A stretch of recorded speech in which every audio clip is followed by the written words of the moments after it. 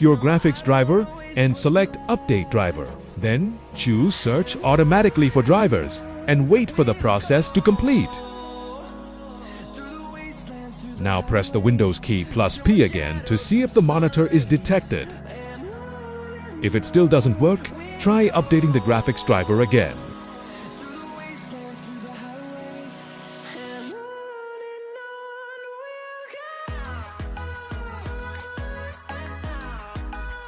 If it's still not detected, try restarting Windows.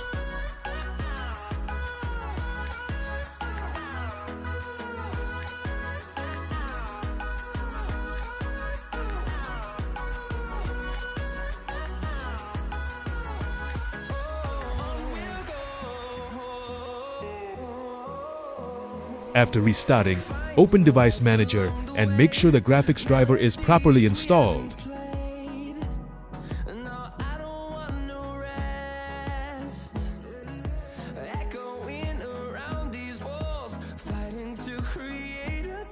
Now try pressing Windows plus P again to see if your monitor is detected. Boom! Windows plus P is working perfectly now.